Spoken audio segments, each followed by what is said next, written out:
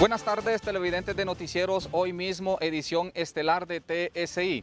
Más temprano hemos conversado con Nelson Castellanos, presidente de la AMON, quien nos manifiesta que todo está listo y preparado para desarrollar la 32 Asamblea Nacional de Municipios en Tegucigalpa. Lo escuchamos a continuación aquí en Noticieros Hoy Mismo. Como de costumbre, AMON hace una asamblea anual que nos permite hacer una evaluación de la gestión que se desarrolla precisamente una vez que es electa la Junta Directiva. Y esta asamblea pues es una asamblea completamente que tratamos de hacerla rompiendo la tradición con una metodología completamente diferente, más participativa, que sea una asamblea donde no se convierta en un proceso político, sino que en un proceso de evaluación y que nos permita ver como alcalde y alcaldesa los avances que tenemos cada uno de nosotros junto con la cooperación. Nelson, ¿cuándo va a ser esta asamblea y el lugar? Bueno, la asamblea por unanimidad de la Junta Directiva, que ustedes saben que son alcaldes de todos los partidos políticos, lleva el nombre de la presidenta Xiomara Iris Sarmiento, y en Tegucigalpa el 26 de abril a las 2 de la tarde es los actos protocolarios. Vamos a tener casi el 80% de todo de la cooperación, podría decir todo el cuerpo diplomático del país. Nelson Castellanos nos ha manifestado que esta 32 Asamblea Nacional de Municipios llevará el nombre de la Presidenta de la República. Alexis Gutiérrez, Noticieros Hoy Mismo.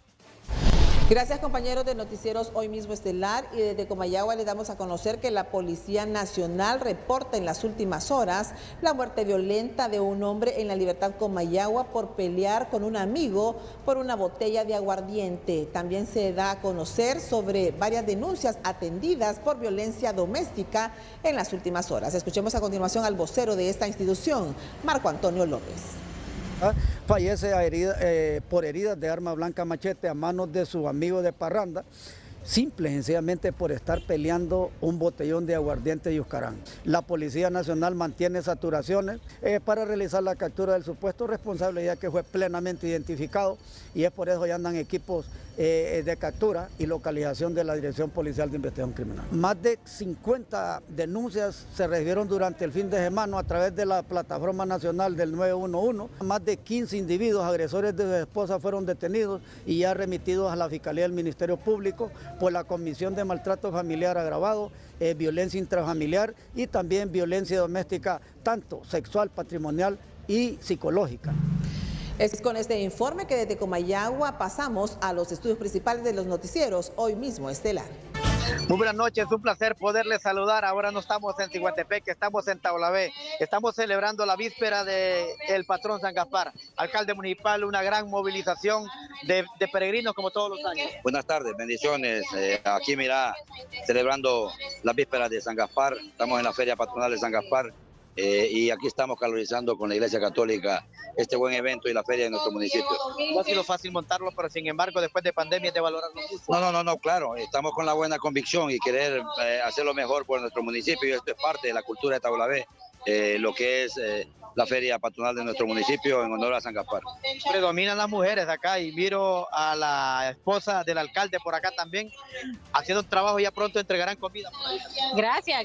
Aquí estamos acompañando a toda esta feligresía. Es increíble, y nosotros, yo siempre digo que deberíamos de aprender un poquito la fe de todo esto, gente, romeriante, que es una fe bárbara, y aquí estamos esperándolos ya con todo un equipo de trabajo con el alcalde para poder atenderles, poder darles un poquito de lo que ellos se merecen. Atención para todos los peregrinos que vienen de cualquier parte del país. Para todos hay tamales, baleadas, café, pan, para todos hay, hasta pizza les vamos a dar. Quema de pólvora, cortesía de mi buen amigo Adrián Martínez, que está por acá también. Quema de pólvora para enseñarles lo que tenemos acá. Buenas noches, Omar, gracias por el espacio, agradecido siempre, primero con Dios y con nuestro alcalde, Denis Membreño, su esposa, por siempre darnos esa apertura aquí a nivel del municipio de Taulabé. Y hoy contento de estar compartiendo y departiendo con toda esta gente feligreses. Luego, posteriormente, se les va a dar un bocadito para poder compartir con ellos esa bendición que Dios nos da. Y posteriormente, un show de luces espectacular no solamente por parte mía, sino que también por parte del alcalde municipal, Denis Membreño. Esperamos que sea del agrado de todas las personas que hoy nos visitan. Le agradezco mucho, mi buen amigo Adrián Martínez. Yo quiero enseñarle estas tradiciones, miren. Estas tradiciones que vienen, mire, le voy a levantar por acá, mire, rico café, mire, rico café, de aquí vienen, esta es parte que vienen los peregrinos, y a ustedes allá en estudio, y por supuesto a nuestros televidentes, pan de casa, mire, rico pan de casa, que es parte de lo que traen los peregrinos acá, a esta zona, al municipio de Taulabé, a la espera a esta víspera de esta celebración el patrón San Gaspar acá en Taulabé. Yo les voy a mostrar porque en este momento está la misa que se está efectuando en este momento. Desde aquí, desde Taulabé, nos vamos hasta La Ceiba con usted, compañero. Buenas noches. Omar. Gracias, Omar. En Ciudad Puerto de La Ceiba, los comerciantes están reportando bajas ventas. Nuestro compañero Gustavo Bustillo trae los detalles.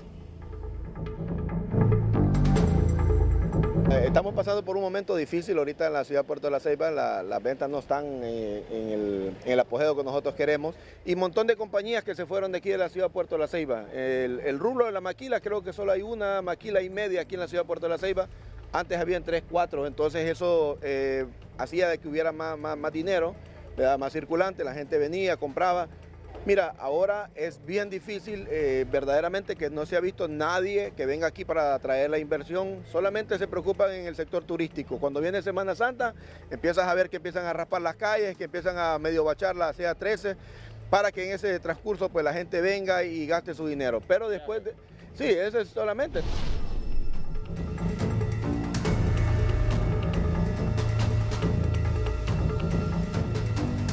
La información continúa con Jason Maldonado hasta San Pedro Sula.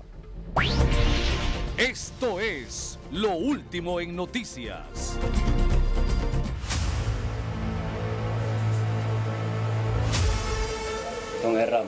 Buenas noches, televidentes de Noticieros Hoy Mismo. Lo último en noticias se registra en el barrio San Ramón en Villanueva Cortés, donde al menos 28 perros han sido encontrados muertos.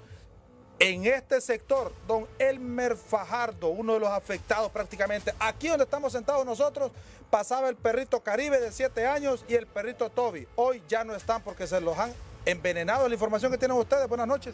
Buenas noches, sí. Ya al menos en un lapso de 60 días van aproximadamente 28 animales envenenados. Y aquí era donde se sentaba él y Caribe y el primero envenenado, Toby. Aquí pasaban. ¿Y el último, hace cuánto se los mataron? Hace aproximadamente 6 días. ¿Y ese mismo día encontraron más perros muertos aquí en el sector? Aproximadamente como 6 más. Y esa fue una catástrofe de perros envenenados. ¿Qué estará pasando? ¿Qué exigen ustedes en este momento? Pero no pueden seguir matando a los perros de este sector. Exigimos investigar, porque puedan ser delincuentes o alguien que le afecta la basura en el botadero de basura, como ellos tienden a regarla, puede hacer eso también. Pero yo digo que es algún delincuente. ¿Cómo se siente usted que les estén matando los perros? Pues destrozadamente mal, porque son animales que no ofenden a nadie.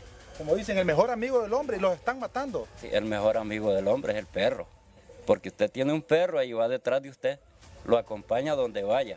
De aquí son 2, los vecinos suyos también son los otros afectados. Sí, en un lapso de 60 días, en 4 cuadras a la redonda son 28. ¿Ya pusieron la denuncia?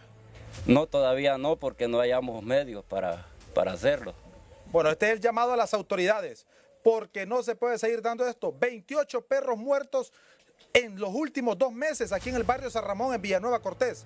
Es tiempo de que las autoridades hagan las investigaciones correspondientes. Esto es lo último de noticias, pero a continuación nos vamos a una pausa comercial. No se despegue la señal de Noticieros Hoy Mismo.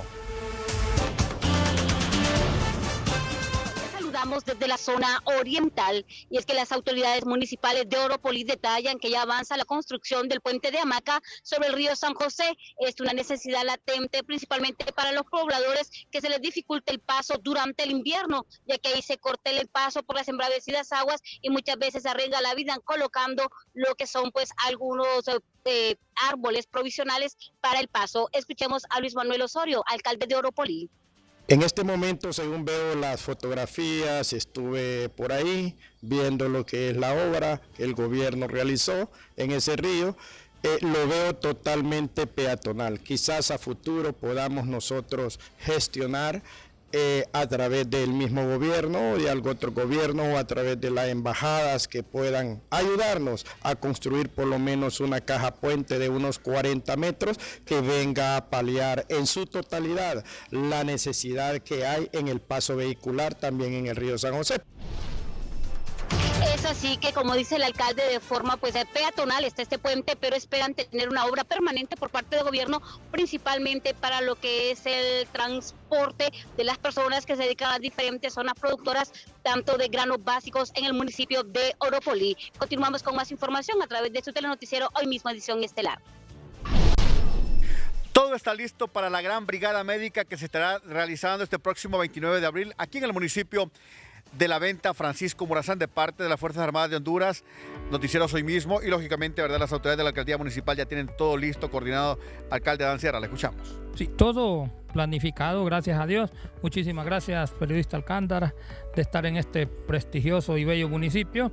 Sí, pues la brigada es para el día sábado, de parte de las Fuerzas Armadas, y viene el director de Noticiario Hoy Mismo, el licenciado Edgardo Melgar. Ellos estarán arribando el viernes acá para tener planificado todo y arrancar para el día sábado a las 8 con distintas especialidades que traen medicina general, odontología, para invitarla a los 88 caseríos, 5 aldeas que consta el municipio, para que no se pierda este gran evento. Las Fuerzas Armadas yo las considero como un brazo del pueblo. Municipios cercanos como Sabana Grande, Raitoca, San José. Tendremos todas las facilidades, pondremos transporte por parte de la municipalidad, toda una logística, y bienvenido a las Fuerzas Armadas, y primeramente Dios, que se dé este gran evento el 29 de abril. Hablándonos acerca de esta gran brigada médica que se está preparando para este próximo 29 de abril aquí en el bello municipio de La Venta del Sur. Las autoridades de las Fuerzas Armadas de Honduras, lógicamente listo, la dirección de Noticieros Hoy Mismo y lógicamente, ¿verdad?, la coordinación de las autoridades municipales aquí en La Venta del Sur. A esta hora, Manuel Alcántara, Noticieros Hoy Mismo. En zozobra constante se mantienen los habitantes del Cayo Chachaguate, perteneciente a Cayos Cochinos, ante la destrucción de viviendas por marejadas. Nuestro compañero Gustavo Bustillo nos amplía los detalles. Llevan ahí toda su vida y hoy miran con tristeza como poco a poco lo que tienen, el mar se lo está llevando a las profundidades. Esto sucede en uno de los principales atractivos de Cayos Cochinos en Islas de la Bahía, como es Cayo Chachaguate. Nunca, ni en el MIS, porque yo pasé el MIS acá. Lamentablemente, nosotros aquí estamos sumamente preocupados, porque el vivir de nosotros es aquí. Todos nosotros aquí, el vivir es aquí, de aquí mandamos a nuestros hijos a la escuela, al colegio y todo. Pero esa situación nos está afectando. Un fenómeno nunca antes visto en muchas décadas, así lo expresan pobladores. Sí, es bastante preocupante esta situación. Yo tengo 40 años de estar acá, tengo 68 años, de aquí crié mis hijos, me dedicaba a la pesca de la langosta y el pescado.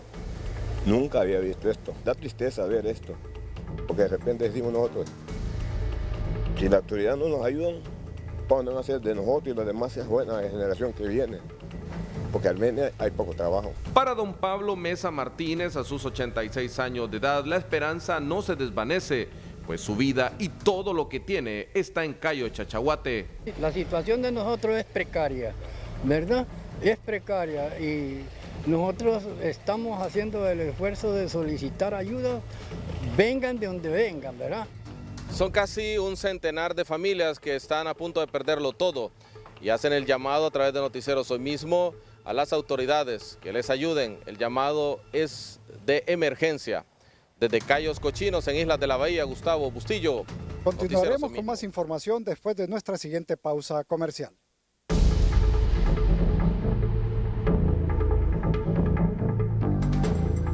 Inicia una semana más y al menos 5 centros de salud continúan tomados por un grupo de empleados que también se identifican como parte de los colectivos de Libertad y Refundación, que según ellos exigen plazas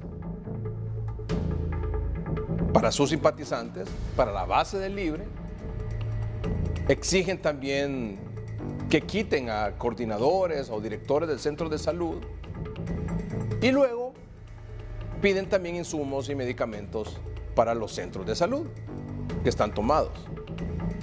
Pero lo peor de todo es que mientras esa protesta con toma continúa, evidentemente los perjudicados son miles de pacientes que demandan atención médica y demandan a las autoridades poner orden. Hay muchas versiones que circulan sobre quién está detrás de esto. Hay muchas versiones que circulan de quién está detrás de todo esto, metiéndole leña al fuego, propiciando estas tomas ahí de manera oculta. Evidentemente no nos podemos decantar por una de estas versiones que circulan, pero son nefastas, realmente.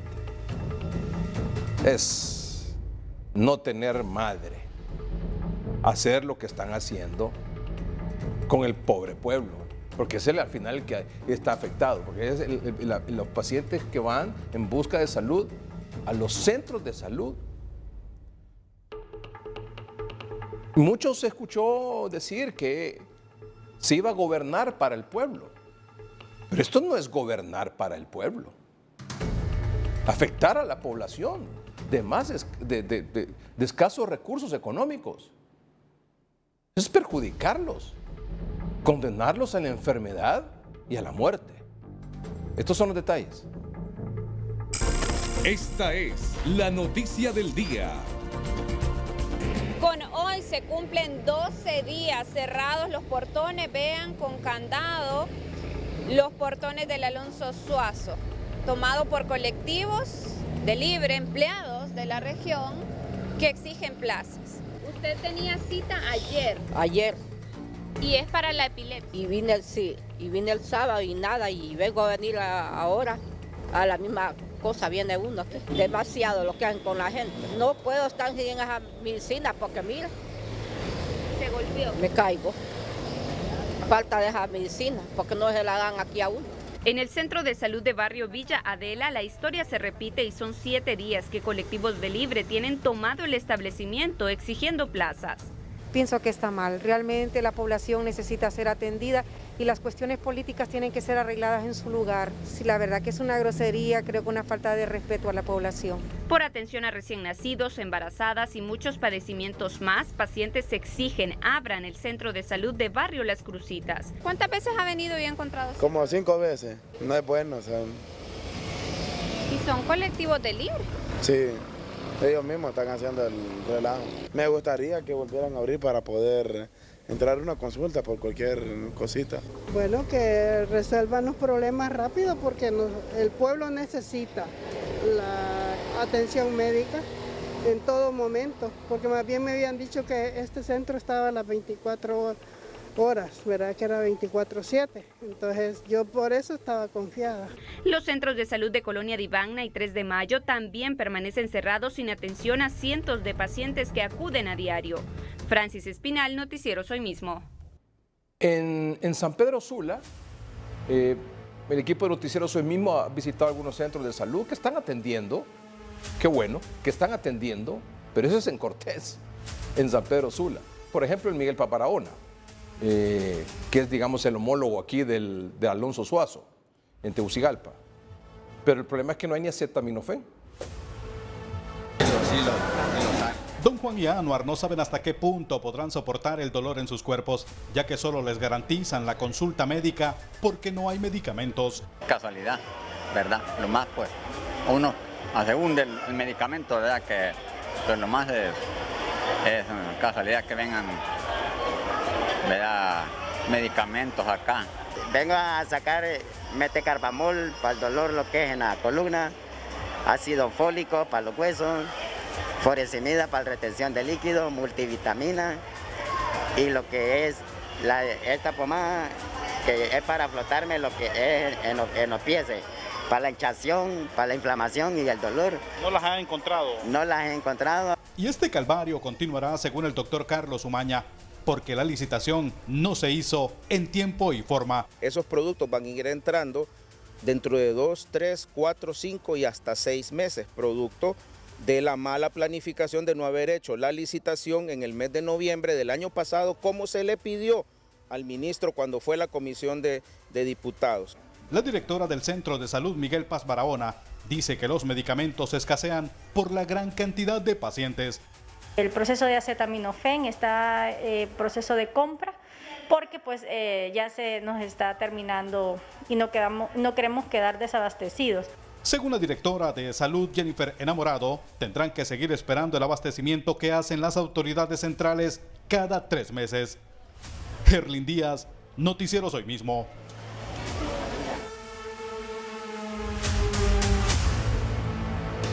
Porque les adeudan 4 meses de salario, los médicos internos de los hospitales públicos en San Pedro Sula amenazan con irse a paro de labores el próximo lunes, si las autoridades de la Secretaría de Salud siguen haciendo caso omiso a sus reclamos.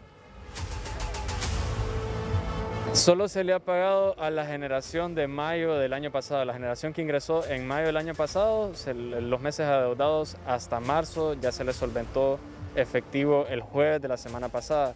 Son bien pocos, creo que son 11 a nivel nacional a los que se les ha solucionado. Al resto todavía no se le ha hecho ninguna transferencia, ningún depósito.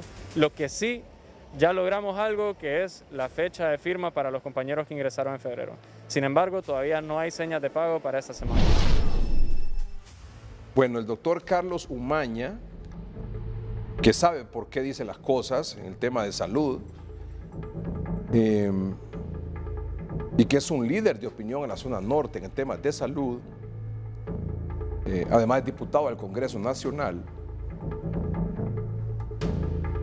dice, por mala planificación no hay medicamentos, porque no hicieron la licitación para la compra de medicamentos, es decir, la licitación que se debieron planificar y realizar el año pasado para abastecer de medicamentos los hospitales y los centros de salud. No se hizo. Entonces, afirma el doctor Carlos Umaña que por mala planificación no hay, y el problema es que no solo es que no hay, sino que además no habrá medicamentos en centros de salud y hospitales. Y manifestó que esto podría durar 4, 5 y hasta 6 meses, es decir, hasta final de año. Es una situación muy, pero muy complicada, doctora Silvia Margarita Portillo, que está con nosotros esta noche. Bienvenida, doctora. Es un problema muy serio este, ¿verdad? No, lo está diciendo el doctor Umaña, dice, no hubo planificación, no se hizo la licitación y por lo tanto no hay medicamentos. Y aquí en este programa, tanto el doctor Umaña como otros diputados al Congreso Nacional han admitido el error de haber cortado de tajo, de raíz, el fideicomiso para la compra de medicamentos, que estaba establecido del gobierno anterior. Y que si había, y esta es opinión nuestra, que si había alguna irregularidad en ese mecanismo, en ese proceso, pues que se corrigiera. Sí. Pero lo cortaron de tajo el año pasado, febrero, marzo del año pasado, y aquí están los pacientes sufriendo estas consecuencias. Pero ya pasó un año, casi un año. O sea, yo creo que ya es tiempo, o ya era tiempo de que se superara ese impasse. Fue un impasse, ¿verdad? Y ¿A qué se refiere con un impasse? al de haber interrumpido. Así, el fideicomiso para sí, medicamentos. Ese O sea, fue si hay un problema, si usted llega al hospital y se encuentra un problema, me dice, no por esto vamos a cortar y vamos, sino se corrige el problema. Sí, pero digamos que yo creo que ya se vio, ya se identificó como un error. O sea, yo creo que ya la situación debería de haber sido superada porque han tenido pues por lo menos 10 meses para haber arreglado todo y sustituido e innovado un nuevo mecanismo. Y lo peor es que terminan diciendo o anunciando compras directas. Sí. Y en las compras directas ya todos sabemos lo que puede pasar. Bueno. Porque antes se cuestionaban las compras directas. Yo no puedo asegurar si hubo o no corrupción, irregularidades en las compras directas anteriores. Porque a menos que se demuestre eso, yo no lo puedo asegurar, no soy juez para hacerlo.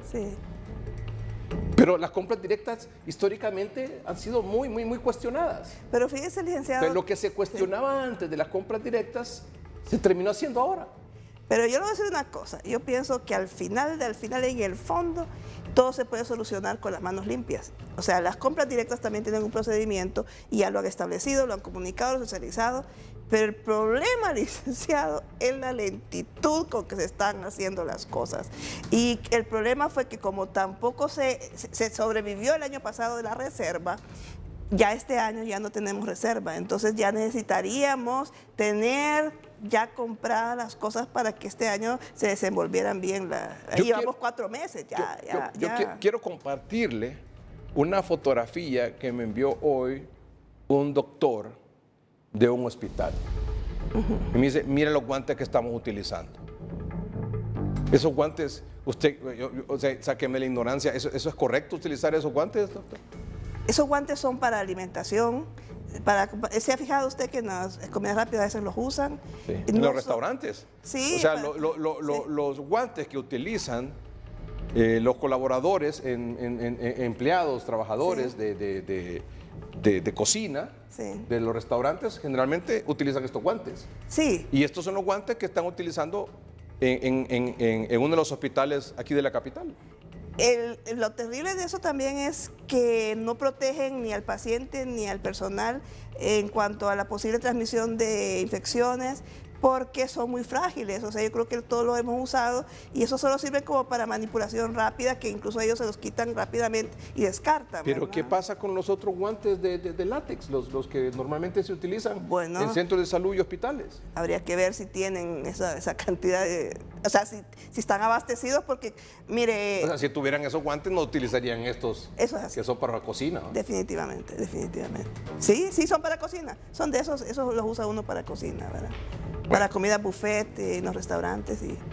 Lo mismo que hicieron con el tema del fideicomiso de compra de medicamentos, fue lo mismo que hicieron y que después aquí reconocieron algunos diputados con el tema de la ley de empleo por hora, que la cortaron. Si tenía irregularidades, si había abusos, si había cuestionamientos, se corrigen, pero no se le deja al empleado y al empleador sin la opción de este mecanismo. Sí. Del empleo por hora, el empleo a medio tiempo, el empleo parcial o temporal. Lo cortaron de tajo, había muchas personas, miles de personas beneficiadas con esa opción, y se cortó y se dejó sin alternativa. Vuelvo y repito, si había alguna irregularidad, se corrige. O si no se podía corregir, bueno, se elimina, pero se crea una opción. Sí. Pero no tenemos tampoco la opción. Lo mismo ocurrió con los medicamentos en enero, febrero del año pasado. Sí. Y estamos pagando las consecuencias. Sí, lo estamos pagando ahorita, ¿verdad? Porque tampoco se innovó rápidamente. O sea, uno puede pensar que hay errores que se cometen, pero que se deben reparar previendo de que van a tener un impacto en el futuro, y hoy es el futuro. Hoy tenemos un grave problema. Estamos, los muchachos, sin oportunidad de un empleo por hora, incluso adultas, personas adultas. Aquí teníamos una madre hace 2 domingos diciendo, yo necesito un empleo parcial o temporal porque la mitad del día tengo que cuidar a mi hijo, pero podría trabajar la otra mitad del día. Y no la encuentro. Sí. Yo creo, mire, fíjese, yo no sé para eso, pero yo creo que sí habían formas de crear, mire, tanto PCM y decretos que se crean para modificar algunas situaciones que lo hubieran hecho con esto de la ley, porque lo que buscaban era evitar la precarización del trabajo. Muy bien, eso suena buenísimo y todo, pero entonces hay que, por mientras ya definimos todo el paquete, hacer algo, ¿verdad? Bueno, para eso, mire, eso vamos cayendo y aterrizando. ¿Por qué? Porque ya se habló del tema de lo que no hay medicamentos. Sí. Y ya el doctor Umaña nos dijo hoy, por mala planificación no hay medicamentos. Lo está diciendo el doctor Umaña. Sí. Y no habrá sino hasta dentro de 3, 4, 5 o hasta 6 meses. Sí. O sea, es incierto eso. Sí. Bueno, 1. 2, el tema de que no se le dé una opción a los jóvenes y a los adultos de un empleo por hora. O a las empresas de poder contratar un empleo. No hay opción. Había irregularidades, bueno, se corta, pero aquí está, miren lo nuevo. Sí. Esto es lo viejo, estaba malo, aquí está lo nuevo y esto es bueno. O una transición, ¿verdad? Claro.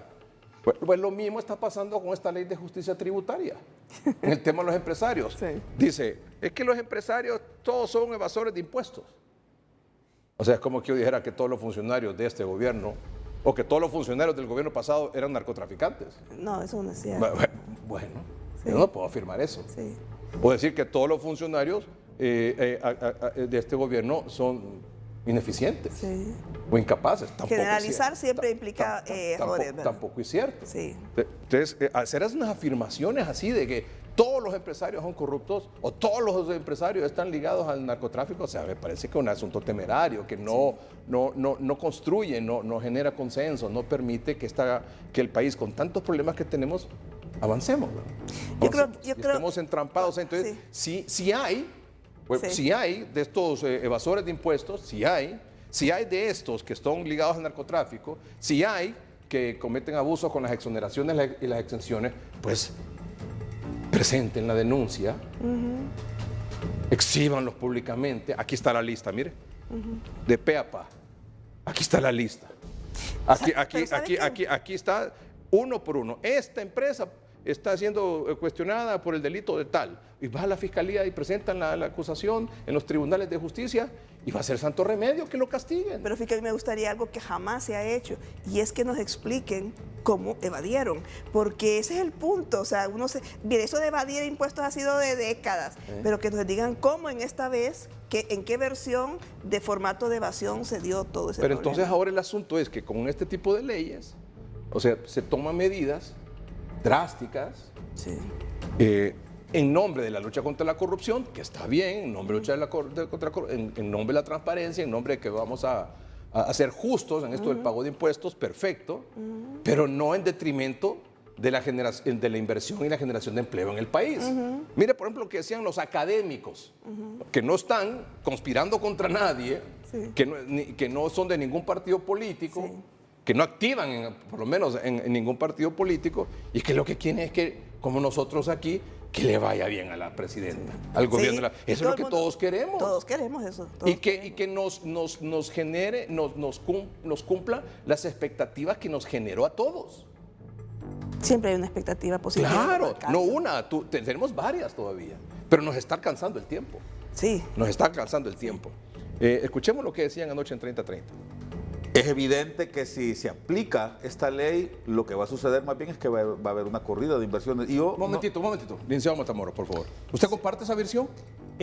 Sí. Creo que lo corté cuando usted iba a decir, no genera inversión, sino que por el contrario, la ahuyenta la inversión. ¿Esta ley ahuyenta la inversión tal y como está? Así como está, es muy difícil que el país gane competitividad.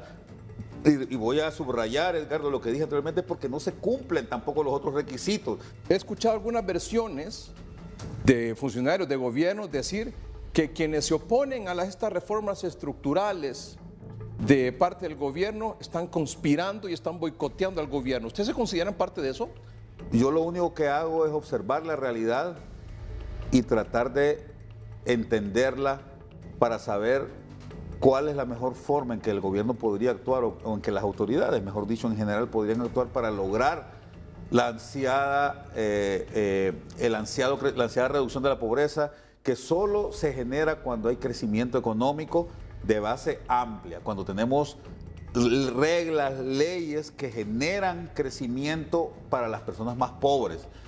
Y para eso es imprescindible que haya inversión. Tampoco lo que se ha visto en esta propuesta es cómo hacemos para mejorar la calidad del gasto, porque ese es el objetivo fundamental de sacar impuestos. ¿Qué es lo que esperarían ustedes entonces de esta propuesta de ley de justicia tributaria cuando llegue al Congreso? Te lo digo brevemente. Uno, un consenso, porque las políticas para que sean exitosas tienen que ser consensuadas, discutidas ampliamente con los agentes económicos. Y dos, una política tributaria que sea eficiente, que sea progresiva en efecto, ¿verdad? En donde todos paguemos y paguemos conforme a nuestros ingresos. Y el 3, que ese dinero que se recaude sea invertido de forma adecuada para que le llegue ese dinero a las personas que más lo necesitan. Licenciado Matamoros, si esto lo aprueban en el Congreso Nacional, tal y como le llega, según la ley como usted la ha visto, sin ninguna observación, sin ninguna reforma de los sectores que han propuesto o que han hecho observaciones, ¿qué va a pasar? Corremos el riesgo de continuar de la misma manera, lo mismo que mencionó, por ejemplo, Julio. ¿Qué va a pasar? Tenemos un problema ahorita con la política de gasto. Lo que va a pasar es que muy probablemente los objetivos que está diciendo la ley, que busca, que es generar más inversión, que es generar más empleo, no necesariamente se van a cumplir. Hoy, autoridades del servicio, administradoras de rentas, del SAR, acusaron o aseguraron que hay empresas vinculadas a la corrupción y el narcotráfico, pero del sector empresarial le exigen que dé los nombres. El titular del Servicio Administrador de Rentas fue explosivo. Se han concentrado sus panelistas en calumniar, en mentir y en manipular los contenidos de la Ley de Justicia Tributaria. El tema de la corrupción no se ha mencionado una sola vez. Y es contra la corrupción y contra los abusos que va la Ley de Justicia Tributaria. No es contra la empresa privada, no es contra los empresarios, es contra la corrupción y los abusos. ¿Por qué no ha dicho nada Santiago sobre las 5 empresas que no siembran nada y que reciben 4.700 millones de lempiras en exoneraciones? ¿Por qué no ha dicho nada Santiago Herrera de las empresas vinculadas al narcotráfico que recibieron exoneraciones? ¿Por qué no ha dicho nada Kevin Rodríguez sobre los más de 100 contratos que se aprobaron en 2014? Muchos a empresas fantasmas. Entonces les pido que no mientan diciendo que no se ocupan reformas a las leyes. El gerente de política económica del COEP pidió a las autoridades dar nombres de las empresas en corrupción. El sector privado y su dirigencia siempre ha sido amplio, ha sido contundente para decir que no vamos a avalar a ningún abusivo ni a ninguno que evada impuestos. La facultad de fiscalización, la facultad de probatoria con evidencia para poder incriminar a alguien que ha cometido una falta es del SAR o de las autoridades públicas. No es del empresario, ni del COEP, ni de nadie, es de ellos. Y debe de hacerlo, porque esa es su obligación. Pero lo que no se puede acusar es que toda la empresa privada es corrupta o narcoempresas cuando no se tiene evidencia para probarlo. Señores, el país lo están hundiendo. Y no es el sector privado el que lo está hundiendo. Los reclamos que yo veo en la calle, los reclamos que veo en los hospitales, los reclamos que todos los días en los medios salen, yo no veo que sean contra la empresa privada. Los reclamos de violación a los derechos de los empleados, no veo que sean desde el sector privado, que haya masivamente gente en la calle porque no le pagaron las prestaciones, porque no le han pagado el salario 2, 3, 4, 5, 6 meses. O sea, el problema el gobierno lo tiene internamente y tratan de venir y traer la pelota hacia otro sector que contribuye fuertemente con la economía. Destruyamos la empresa privada, pues. Esto fue lo que expresó el vicepresidente del Congreso Nacional, Hugo Pino. Lamento la visión apocalíptica que se ha presentado esta mañana en Frente a Frente por diversas razones. En primer lugar, porque se da la impresión, Renato, de que los incentivos tributarios desaparecen completamente, que no vuelven a haber y que el desempleo va a ser masivo, que las empresas se van a ir. Y quiero señalar en primer lugar que en relación a la Ley de Justicia Tributaria, los derechos adquiridos, muchos de los cuales se prolongan hasta el 2040, se mantienen. En las próximas horas se aprobará en Consejo de Ministros el proyecto de ley de justicia tributaria para remitirlo al Congreso Nacional. Jackie Redondo, Noticieros, hoy mismo. El Consejo Hondureño de la Empresa Privada advirtió recientemente de los riesgos sociales que podrían frenar el crecimiento económico de los países de la región, entre ellos Honduras, cuya proyección está entre el 3 y el 4% según los organismos internacionales. La Comisión Económica para América Latina y el Caribe, CEPAL, espera que, debido a un contexto de crecientes incertidumbres externas y restricciones internas, el crecimiento económico de la región se desacelere durante 2023 a una tasa de 1.2%. Para las economías de América Central estima un crecimiento de 3.1%, debido a la revisión al alza del crecimiento de los Estados Unidos, principal socio comercial y primera fuente de remesas, que afectaría tanto al sector externo como al consumo privado. Además, menores precios de la energía que actuarían a favor, dado que varias de ellas son importadoras netas de energéticos. Para Honduras, la CEPAL estima un crecimiento de 3.0%, el Fondo Monetario Internacional proyecta 3.7% y el Banco Mundial 3.1%. Un poco por debajo de la perspectiva del Banco Central de Honduras de entre 3.5 y 4.0%. Este economista considera apropiados los pronósticos. Sabemos de que este crecimiento es mucho menor al que se registró en el 2022 y eso es consecuencia de la eventual recesión económica que se prevé a nivel internacional y además de eso de cómo se comporta la guerra entre Rusia y Ucrania y además de eso cómo se comporta el precio de algunos insumos fundamentales como el combustible. Pero en su boletín competitivo regional, el COEP advierte que existen algunos riesgos que limitarían los niveles de crecimiento y desarrollo económico para la región en común, y Honduras en particular. Entre ellos el crimen organizado, la gobernabilidad compleja, los nuevos estallidos de malestar social y la pérdida de competitividad.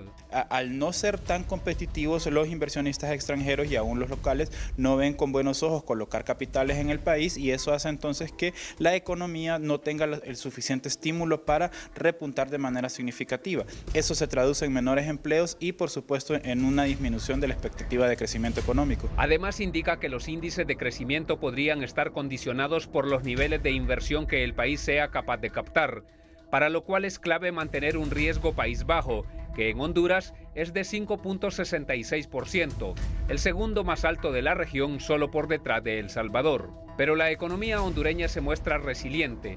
La actividad económica de enero y febrero pasado, medida a través del Índice Mensual de Actividad Económica IMAE, revela un crecimiento de 2.1%, impulsada por el dinamismo en hoteles y restaurantes con 16.7%, la construcción privada y el transporte un 6.5% y las telecomunicaciones con 3.8%. Sí, el IMAE acumulado del 2.1% refleja también toda esa, reactivación que poco a poco se está evaluando y como usted mismo lo ha dicho, estos sectores, tanto ganadería, temas de intermediación, el tema de turismo con hoteles y restaurantes, también está incidiendo. La funcionaria sugiere que la banca privada cumpla con un rol más activo en vincular los ahorros con los créditos a sectores productivos. Ya hay algunas investigaciones respecto al tema y la importancia de apuntarle a aquellos sectores productivos. ¿A qué me refiero con esto? Que dados los recursos que tenemos en este momento, ¿cuáles podríamos potenciar? Y en este caso están todas las actividades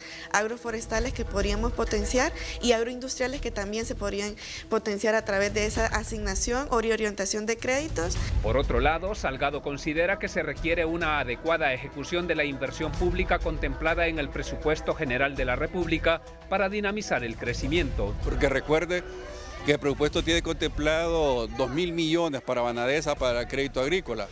Además de eso tiene proyectos de infraestructura que se están ejecutando y además de eso también generación de empleo a través de los proyectos productivos que van a las pequeñas comunidades. En COEP insisten que crecimiento económico sin desarrollo social no tiene sentido. Y a fin de cuentas es lo importante, poderle ofrecer una oportunidad de empleo a la ciudadanía, ¿no? Y eso solo se logra, como lo mencionamos, incentivando estos sectores que son intensivos en mano de obra. Los expertos recomiendan monitorear de cerca la evolución del contexto internacional para hacer los ajustes de política oportunos a fin de mantener el rumbo de la economía nacional. Eddie Quintero, Noticieros, Hoy Mismo.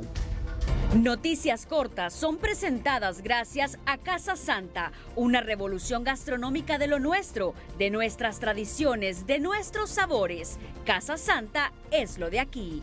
En la aldea Masca del municipio de Omoa Cortés, una rastra volvió a dejar muerte a su paso, ya que supuestamente el conductor del pesado vehículo perdió el control y se salió de la carretera con tan mala fortuna que iban dos peatones, los cuales arrolló y los mató de inmediato. Los ocupantes de una camioneta se salvaron de morir en un aparatoso accidente de tránsito ocurrido en la aldea Las Minas del Progreso Lloro, resultando con severas heridas, entre ellos un agente de la Policía Nacional de nombre Lester García, que gozaba de fin de semana libre. La Unidad Nacional Antisecuestro dio captura en la aldea La Zona de Trinidad Santa Bárbara a Julián Rivera Madrid, acusado del delito de secuestro agravado, ya que sobre él existía una orden de captura por ser sospechoso de ser parte de una organización criminal en los departamentos de Santa Bárbara y Copán. En Cofradía Cortés fue capturado un sujeto de 23 años de oficio motorista, a quien las autoridades lo acusan de varios delitos, entre ellos violación y maltrato familiar. Los agentes actuaron mediante una orden de arresto que tenía, ya que la víctima habría puesto la denuncia.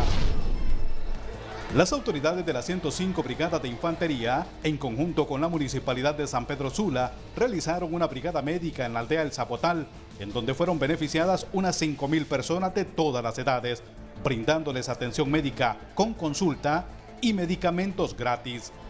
Herlin Díaz, Noticieros Hoy Mismo. Noticias cortas fueron presentadas gracias a Casa Santa, una revolución gastronómica de lo nuestro, de nuestras tradiciones, de nuestros sabores. Casa Santa es lo de aquí. Un microbús atacado a balazos y una ruta del transporte urbano cerrada por extorsión son los nuevos atentados para el sector del transporte hoy en la capital. En la colonia Torocagua, en Comayagüela, un microbús de pasajeros fue tiroteado por amenazas de extorsión, según denuncias anónimas. Asimismo, debido al alto cobro de extorsión, la ruta de autobuses Peña Reparto paralizó hoy 50 unidades. Que la ruta de la Peña del servicio tradicional urbano está siendo afectada, que no la dejan laborar por tema de extorsión. Hoy por hoy creemos que el estado de sección debe de ser más contundente y prevenir con sus agentes de inteligencia estas situaciones. Hoy por hoy vimos otras rutas que estuvieron siendo afectadas que hoy están laborando, pero no es porque solucione el problema, sino que se está pagando más extorsión para poder trabajar. Más de 50 unidades están siendo afectadas en ese sector y el pueblo hondureño que le brinda ese servicio, el más pobre, el más necesitado que le damos el servicio, está viendo afectado. Según la Dirección Policial Antimaras y Pandillas y Crimen Organizado DIPAMCO, ya hay operativos encubiertos en la zona. A raíz de lo expuesto en los noticieros hoy mismo sobre la paralización de labores en estas rutas de transporte, las autoridades de la Dirección Policial Antimaras y Pandillas han instruido que varios equipos lleguen hasta estos lugares para recabar mayores insumos y detalles. Trasciende que las mismas pueden obedecer a amenazas que los operarios del transporte estarían recibiendo por concepto de extorsión. En lo que va del año, suman 24 miembros del rubro del transporte que han muerto de manera violenta en el país, según dirigentes de este rubro. Francis Espinal, Noticieros Hoy Mismo. Esta es una noticia de última hora.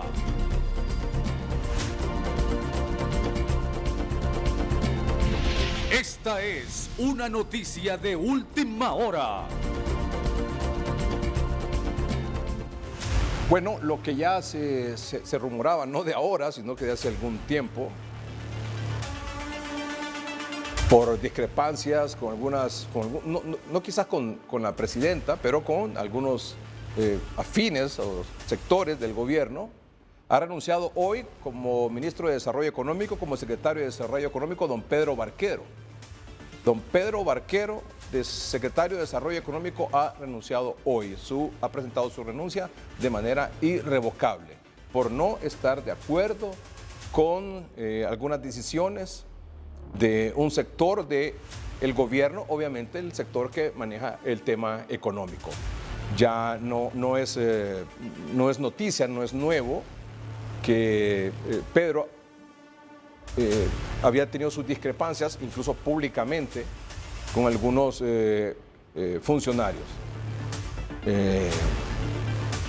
Sobre todo, y que se acrecentaron, sobre todo con esta propuesta de ley de justicia tributaria, que Pedro es de la tesis que afecta la inversión, ahuyenta la inversión, que no genera ni propicia la creación de nuevos empleos y un ambiente sobre todo de competitividad del país.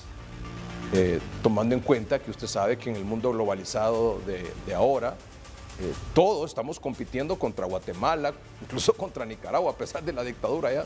Estamos compitiendo contra El Salvador, contra Guatemala, para traer inversión de donde sea, pero que venga la inversión.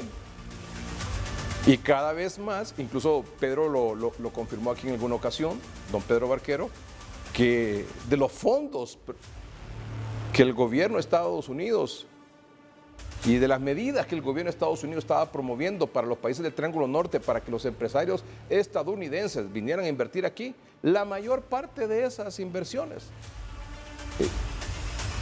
se estaban haciendo en Guatemala, luego en El Salvador y finalmente en Honduras, porque no somos un país competitivo por diferentes razones que no vale en este tema, en este momento mencionarlas, porque usted y yo las conocemos, que no son de ahora, evidentemente, que ya venimos arrastrando, pero que no se corrigen o que no se han logrado corregir hasta el momento. Entonces la renuncia de Pedro Barquero es algo como que ya se esperaba, ¿verdad, doctora? Usted ya lo había escuchado este asunto, sí, y había escuchado en más de alguna ocasión en una entrevista aquí en el programa con don Pedro Barquero con temas económicos que él evidentemente no estaba de acuerdo con algunas decisiones. Sí, pero tremendo, porque yo creo que es de las personas que más sabe sobre competitividad internacional, sobre una visión de inversión extranjera. Él ha vivido en ese medio y creo que ha podido, iba a aportar o estaba aportando pues todo su buen empeño. Una persona muy positiva, a mí me gustaba mucho escucharlo, siempre tratando de trabajar en equipo, de apoyar mucho a la presidenta. Vamos a ver, ¿verdad? Vamos a ver qué pasa. Sí. Otra cosa, póngame el último, tenemos, Pedro se comunicaba mucho también a través de las redes sociales. No sé si tenemos el Twitter de Pedro, el último, el más reciente.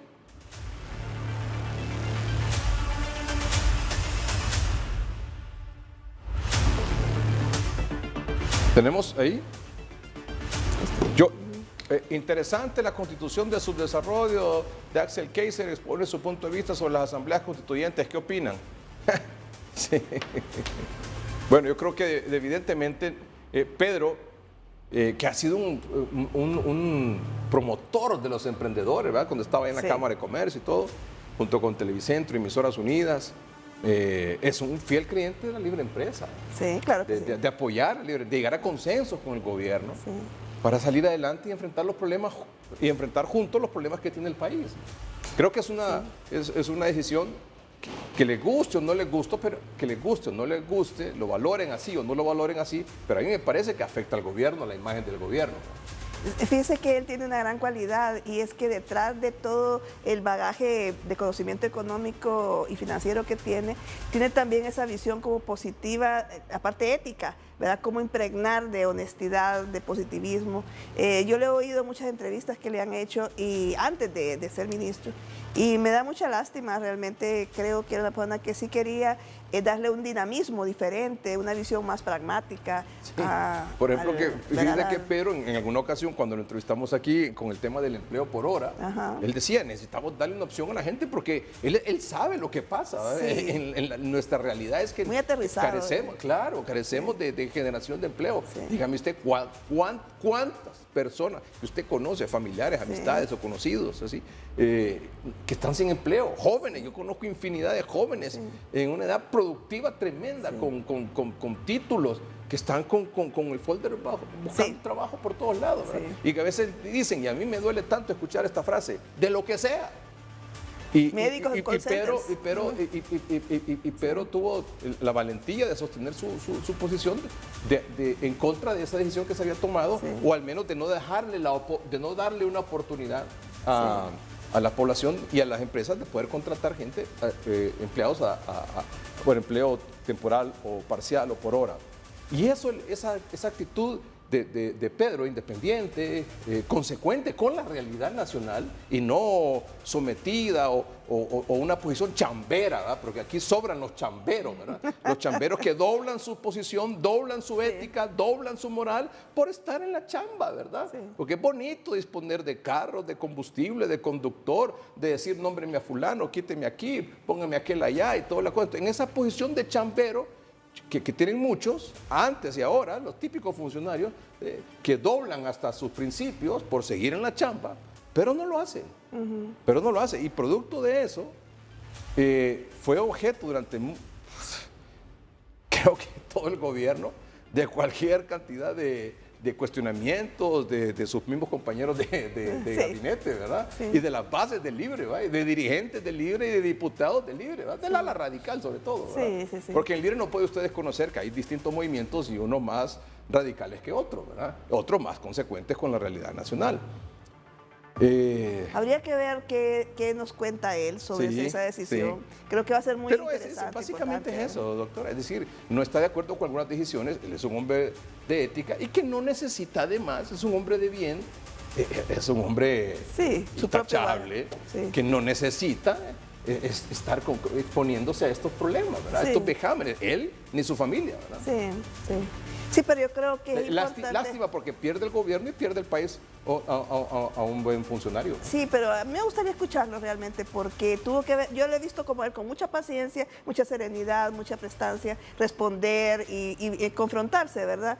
Entonces, pero ya para que él ya haya decidido mejor renuncio, es porque ya hubo una cereza que se puso en ese pastel, Claro, ¿verdad? Sí, seguramente que sí, pero, hay un punto, pero no crea, mire, ya cuando usted tiene ahí la familia que le dice, mire, ¿para qué? ¿Qué necesidad? ¿Para qué va a seguir calentando en la cabeza? Ya usted está haciendo la guerra, usted ama Honduras, usted ha demostrado con hechos que está preocupado por la situación del país, no desde antes de que estaba con el gobierno, y ahora que sea objeto de cuestionamientos, de amenazas, de humillaciones, o sea, de insultos. O sea, ¿qué necesidad tiene? Ninguno. Hay que perder el gobierno y el país, ¿verdad? Porque es un buen hombre, es un buen funcionario, es una excelente persona, un buen profesional, ¿verdad? Sí, muy agradable. Sí. Hay otros tweets que él había puesto recientemente, me dice. Ajá. ¿Cuándo fue eso? El 23 de marzo. Él le dio como un comentario a un tweet del presidente de El Salvador, Nayib Bukele. Póngame ese tweet de Nayib Bukele para que luego tengamos ahí la traducción. Eso. ¿Qué dijo Nayib Bukele a las 7 de la noche el 23 de marzo? ¿Hace cuánto? ¿Un mes, verdad? Sí, hace un mes.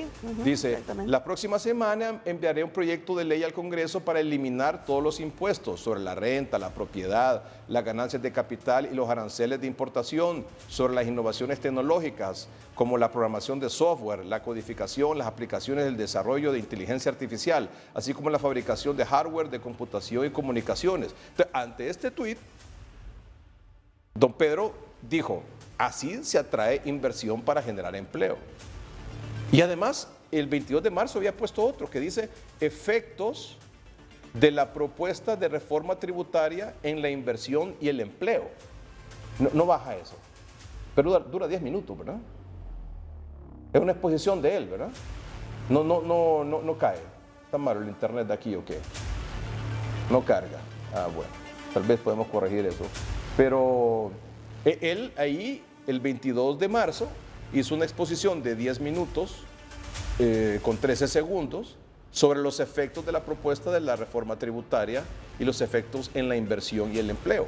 Seguramente él hacía algunos señalamientos de que esa propuesta, tal y como se había planteado inicialmente, no eran de beneficio para el país y que él proponía hacerle algunos cambios, hacerle algunas modificaciones para que funcionara de una mejor manera.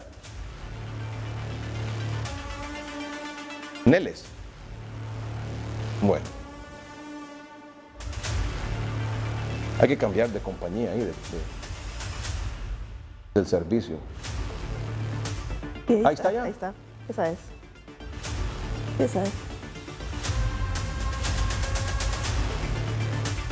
Sociales, hoy les quiero hablar acerca de los efectos de la propuesta de reforma tributaria en la inversión y el empleo, pero específicamente lo que es el régimen Soli y el régimen RIT, porque en un video anterior ya les expliqué un poco de los impactos que va a tener en cuanto a la inversión en la agroindustria. Entonces vamos a comenzar hablando de la inversión extranjera directa. La inversión extranjera directa para septiembre del año pasado, o sea, para el tercer trimestre del año 2022, Honduras ya había traído 700 millones de dólares. Esto era más que todo el año 2021, pero insuficiente para las necesidades de generación de empleo y de reducción de pobreza en nuestro país. Casi todos los países de la región centroamericana atrajeron más inversión que nuestro país, y México atrajo muchísimo más inversión. Ahorita en el mundo, la enorme oportunidad que hay de atracción de capitales es porque muchos inversionistas están moviéndose de Asia y específicamente de China hacia lugares más cerca de Estados Unidos para poder abastecer la demanda del mercado más grande a nivel mundial en cuanto a consumo, que es todavía Estados Unidos. Entonces vamos a analizar en las siguientes filminas por qué Honduras solo atrae 700 millones de dólares de inversión extranjera directa a septiembre del año pasado, mientras que Guatemala, Nicaragua, Costa Rica y México atrajeron mucho más que nosotros a la misma fecha. Y esto es por lo siguiente. Los factores que evalúan los inversionistas, entre otros, pero estos son los principales, son la fortaleza del Estado de Derecho del país, el costo de energía, el costo de la mano de obra, el índice de competitividad, el riesgo país y los incentivos fiscales. Vamos a ir viendo cada uno de estos elementos. Estado de Derecho. Nosotros, como Honduras, lamentablemente por la destrucción del Estado de Derecho de los años anteriores, estamos en las últimas 20 posiciones. El único país de Centroamérica que nos acompaña en ese rango de las últimas 20 posiciones del mundo es Nicaragua. Entonces, Honduras definitivamente le va a tomar unos años poder recuperar lo poco del Estado de Derecho que se tenía, y si queremos realmente aspirar a tener un Estado de Derecho fuerte y sólido, pues va a tomar un tiempo, no es de un día para otro. Por lo tanto, no podemos contar con la fortaleza del Estado de Derecho como un elemento de competitividad en el cortísimo plazo. El segundo elemento es el costo de energía, y aquí nuevamente, por el problema que tenemos con la ENE y con el Sistema Eléctrico Nacional, que es un problema acumulado de muchos años, que no se va a resolver tampoco de un día para otro, que también va a tomar algunos años resolver, pues tampoco somos atractivos para la inversión en cuanto al costo de energía. El costo de energía es el segundo más alto de la región centroamericana, y si incluimos México también, que tiene un costo de 17 centavos, como pueden ver en la filmina. El siguiente elemento es el costo de mano de obra, y ahí definitivamente nosotros como país no queremos estar compitiendo en función del costo de mano de obra. Lo que tenemos que hacer es competir en función de la preparación de nuestra mano de obra. Y nuevamente nosotros en la actualidad tenemos una baja escolaridad, un bajo número de años de educación de nuestra población en promedio, y para poder mejorar eso también va a tomar un par de años para poder realmente educar a nuestra población y que tenga más años de escolaridad para poder competir en función de conocimientos y no en función del costo de la mano de obra. Pero independientemente de eso, es una realidad que el costo de la mano de obra en Honduras es la segunda más cara de la región centroamericana, y incluyendo México también. Luego tenemos el índice de competitividad. Honduras está más o menos en medio. Aquí funciona al revés, entre más bajo el número es mejor. O sea, México, que está en la posición 48, está mucho mejor que Honduras, que está en la posición 101. Y el índice de competitividad es algo que también los inversionistas revisan.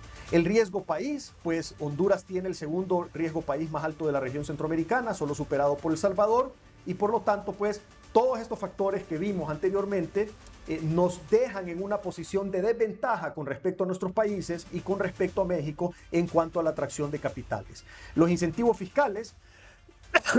Aquí tenemos un cuadro en donde podemos ver la comparación de los incentivos fiscales de la región centroamericana y México, y aquí vemos también que nosotros no somos los únicos que ofrecemos incentivos fiscales para la inversión. También todos estos países y muchísimos otros países alrededor del mundo los ofrecen. Entonces nosotros tenemos que competir con las herramientas que tenemos a disposición, y estos incentivos fiscales definitivamente son un atractivo para la inversión en cuanto a la decisión de invertir en un país o no.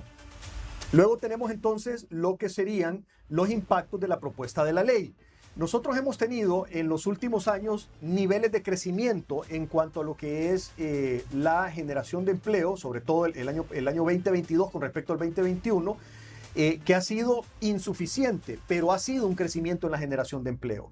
Y el tema es que en los datos oficiales del Instituto Hondureño de Seguridad Social vemos que el año 2021 se cerró con 830,000 empleos formales inscritos en el Seguro Social.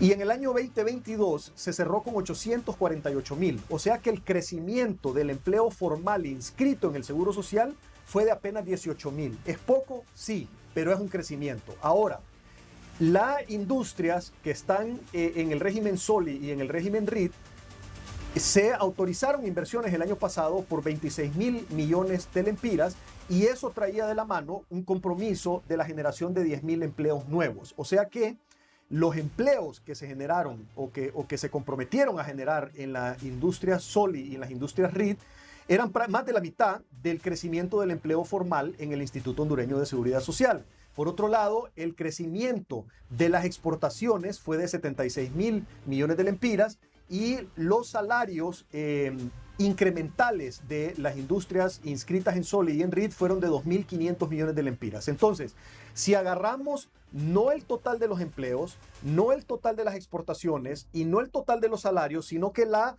porción que crecen, o sea, el crecimiento, lo que vamos a perder entonces como mínimo son la posibilidad de generar alrededor de 10,000 empleos solo en el primer año de entrada en vigencia de esta ley, la posibilidad de perder 76,000 millones de lempiras de exportaciones y la posibilidad de perder un aumento de pagos salariales en el país de 2,500 millones.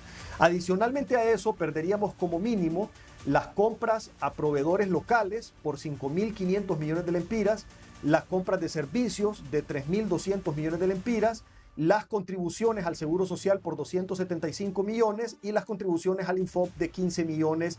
Solo el efecto de perder las inversiones nuevas. O sea, en estos escenarios no estamos hablando de perder nada de lo anterior, pero en los escenarios 2, 3 y 4 que ustedes pueden ver en pantalla, se hace también el análisis de perder no solo el crecimiento, sino que también un 10% de lo actual, un 15% de lo actual y un 20% de lo actual. Ahí les dejo los números en pantalla para que ustedes los puedan ver con más calma, pero como mínimo esta ley nos va a provocar una pérdida de la no generación de 10,000 empleos nuevos por año, la pérdida de 76,000 millones de lempiras de exportaciones nuevas y la pérdida de 2,500 millones de lempiras en pagos de salarios a esos nuevos empleos que se generan por año. Y luego... Bueno, es parte de la explicación que daba Pedro, que en algún momento la dio aquí también en el noticiero, sobre los efectos de esta ley de justicia tributaria.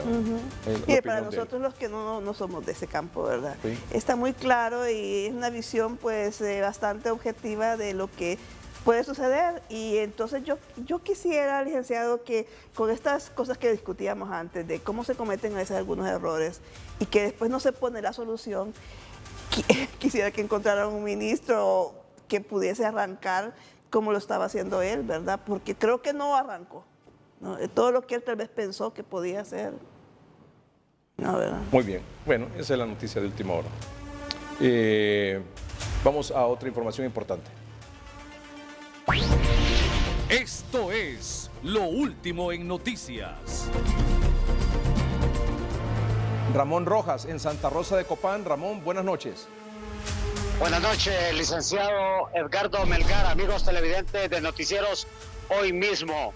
Mire, lamentablemente tenemos que informar que de 2 disparos de bala a la altura de la cabeza, un desconocido le quitó la vida a una joven fémina de 27 años de edad. Esto en un solar baldío ubicado en el barrio El Limón del casco urbano de Florida, en el departamento de Copán. La mujer en vida respondía al nombre de María Rubenia Gil Caballero, de 27 años de edad, originaria del municipio de Olanchito, en el departamento de Lloro, y residente en el barrio San Juan del municipio en mención. Se presume que el hechor citó a la joven María Gil hasta dicho lugar por razones aún desconocidas, quien se hacía acompañar de sus 2 hijos menores, uno de 4 años y uno de 6, a quien el hechor no le importó y después de haberla encontrado le disparó sin piedad, quitándole la vida de forma inmediata. Esto aconteció aproximadamente a las 5:30 de la tarde de este día. Con este informe yo retorno con usted, el licenciado Edgardo Melgar, a la capital de la República. Buenas noches. Gracias, Ramón Rojas, por la información. Desde Santa Rosa de Copán, recibe importante donación la Fundación de Autistas, que recientemente expuso, con testimonios, en el programa 3030, sus más ingentes necesidades.